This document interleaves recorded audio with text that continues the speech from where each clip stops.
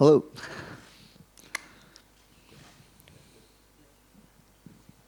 Well, over here. It's been a while since we've seen you at a pre-fight media day before a pay-per-view. A little, obviously, more than a year. I didn't even think you were a father the last time we spoke to at one of these. So, what are the emotions now leading up to this fight with Mateusz Gamrot? Man, I'm so excited. Like you said, it's been so long. I had that injury, which was like mentally and spiritually was very hard to get over. And then to finally be here at this moment, I got this weight cut I got to take care of. But besides that, I'm so excited, man. I'm so happy, which is weird because, people, I don't know if people talk about being happy right before a fight, but I'm pretty excited. You were supposed to headline a fight night against Islam, but now you're fighting on a big pay-per-view main card. It might not be the main event, but is this best case scenario for your return outside of fighting for the title in your return?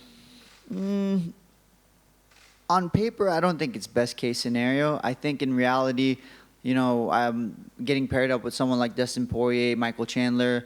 Those would have been the best case scenario. But on paper, for me, I think Mateusz is like top 5. I think he's very, very good. So an opportunity to fight someone as good as him is just as good for me. Well, we spoke to him a little bit ago, and he had obviously praised you and your skill set in there when I asked him about what the strengths you pose, and he said he's just good everywhere. So are you in the same way with Mateusz? Obviously, he has the one loss in his debut, but since then, he's racked up a lot of impressive wins, especially a 5-round win in his last fight. Say that again? How would you rate his skill set in there compared to your past opponents? It's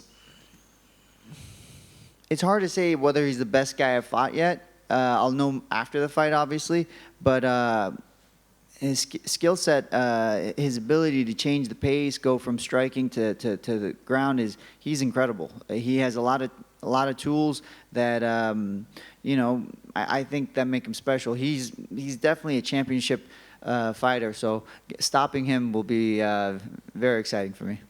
You've been asked about this a lot leading up to this. How tired of you are you being asked about the whole backup Alex Volkanovski situation going on? I'm not really that tired of it since I just found out about it. I've been just processing it. It took a while. I was pretty annoyed about the whole thing, so I took a step back. I put myself in everybody's shoes because, calling and yelling at my manager for a while, that didn't make me feel better. But here's what I thought about. Volk is pound for pound the king right now, right? I'm correct on that? Yes. And he offered to be a backup. If I was in the UFC shoes, it'd be a no-brainer for me as well. It's not harder to understand why they did what they did. Does it suck for me? For sure it sucks for me. But I understand why everybody did what they did.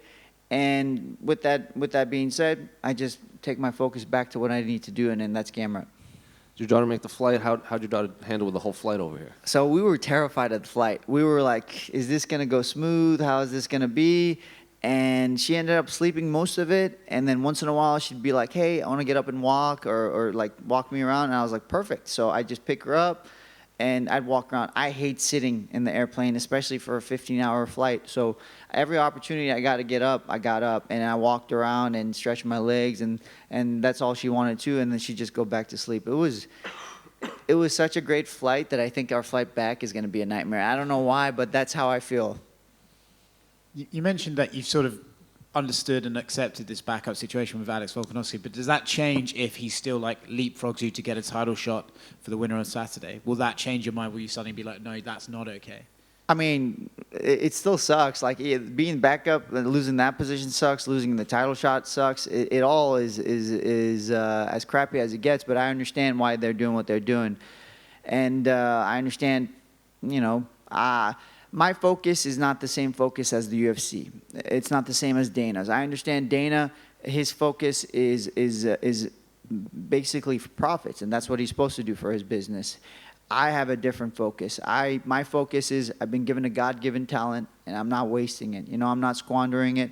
I want to fight the best people in the world, and I want to do it as often as I can. So if I can't get the champion, I want another dog after this fight. I want to fight the best guys, and it's that simple. A lot of times fights are made on storylines in this sport. Maybe you can sort of beef out with Alex over this, and you can fight him when he moves up to lightweight. Wait, who am I fighting? You could fight Volkanovski himself. Oh my goodness, I was talking about him. He's incredible. And for him to come to lightweight I think it's awesome. An opportunity to fight him would be great. We could do it man, we can do it right after this. I'd love that. Respectfully, right? Of course, yeah. Beneil, last time I talked to you, it was at King's MMA, and it was like 2 days after Gamrot had fought Sarukian, and you were like so blown away by that fight and that performance. How long after that point did they come to you with this offer, and were you, did you take it right away? Was there any hesitation?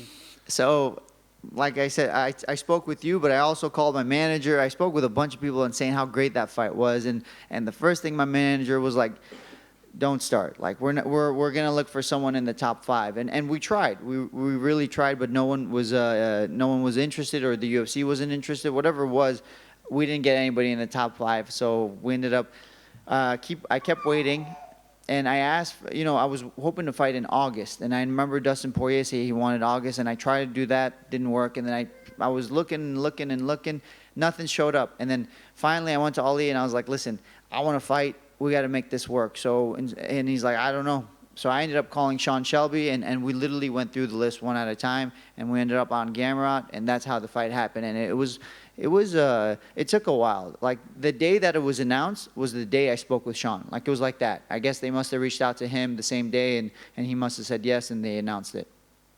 Interesting. Thank you. Beneil? Yes. Over here.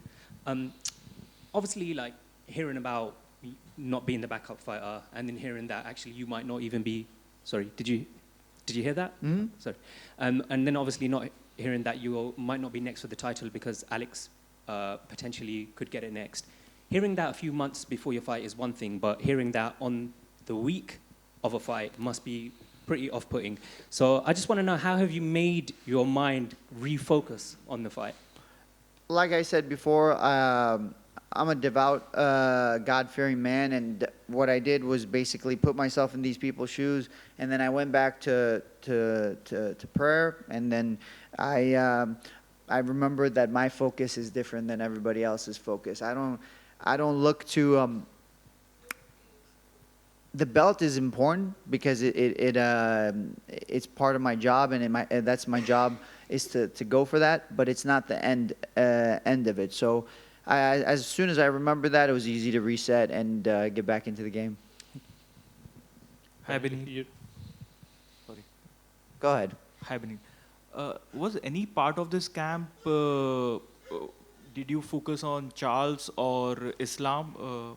Any part of this camp strategizing the fight if may happen? Sorta. What I realized was. Thanks to my opponent Gamrot, I have to be ready kind of for everything. And then as far as adjusting for those two guys that you just mentioned, it would be more of a mindset change. It wouldn't be a technical change. To deal with Islam, you would require a different kind of mindset, and it would be different as far as Charles goes. So those would be the adjustments I would make if I had to fight one of them. Thanks. Ben here. We know that Mateusz is a well-rounded fighter, but as always, each fighter has each weakness, as we call it weakness. Where do you see his weakness? I don't know. I'm going to find out Saturday. The best way to find somebody's weakness is to put some pressure on them. So we'll put some pressure on them and see where we find the weakness, where we find that chink in the armor. One more. I'm just curious if you, as a lightweight, do you still consider Charles the champion, even though he did come in overweight and was stripped in his last fight? Yeah, I think he's definitely a champion. And the whole thing with like not having digital scales, because the same thing happened to me in Texas. I was in Texas. I weighed in on the digital scale for the UFC, said 156.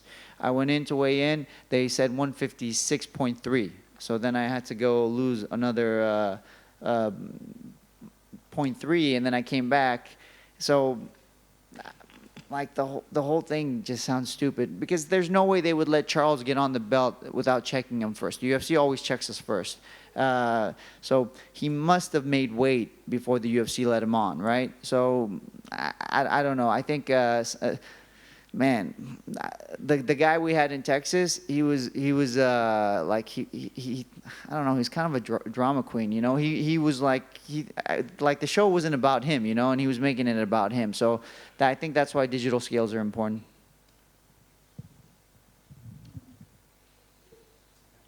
We're good. Have a great night.